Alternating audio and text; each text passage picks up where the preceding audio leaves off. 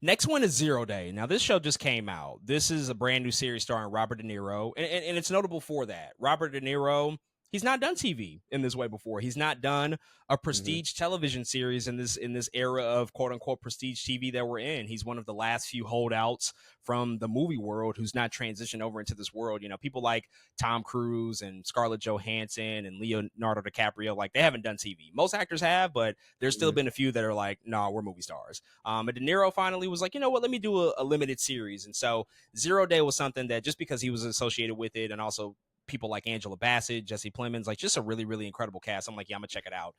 But this show was about this coordinated cyber attack that happens that basically cripples the entire sort of infrastructure across the United States, specifically as it relates to communication and transportation.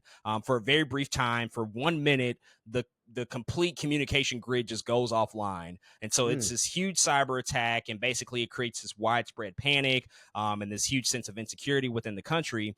And Robert De Niro plays a former president entitled George Mullen. He used to be the president, and basically Angela Bassett is the current sitting president, and she tasks him with ultimately finding out who's behind this attack, who are the people that we need to bring to justice, so on and so forth.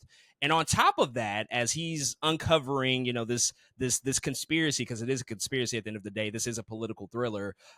We find out also that George Mullen, he himself is probably a risk in this whole thing. And without getting giving anything away, I'll just say that he's likely suffering from some sort of cognitive decline in some Hmm. respects. He is older, you know, he's in his 80s, and Robert De Niro is really in his 80s, and so there might be something there that ultimately might hinder him from being able to carry out this investigation. But it was really the cast that I wanted to watch this for, and Yeah. it's a limited series, political thriller, all things that I'm interested in. Unfortunately, I just don't think it's that great. It's not a good show. The first episode was pretty solid. It really grabs you. The whole thing when it pops off, it's like, okay, I'm locked in. I'm ready to go.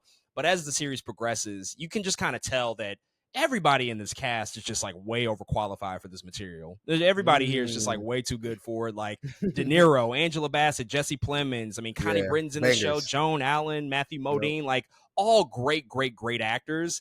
And the material itself just never rises to the occasion. Couple of moments here and there, but it's just really not a good show. I didn't like it. Other people they may find it okay, but I just found it to be, it just didn't feel as smart as I think that they thought it was in terms of just like what a Mm. political thriller should be, and this Yeah. whole vast conspiracy and tackling subjects of just cybersecurity and the things that we sort of deal with. Just a letdown ultimately. I'm glad that De Niro took a chance to do a limited series and to do something a little Hmm. bit different, but he himself didn't even feel 100% committed to the role. I'm not going to say he mailed it in, but you can see much better De Niro and other things in this era. I'm not even comparing him to his Yeah. greatest works, but even in this Hmm. era, you can see him doing better stuff than what he did in Zero Days. So not the greatest show. I wouldn't necessarily recommend people check it out.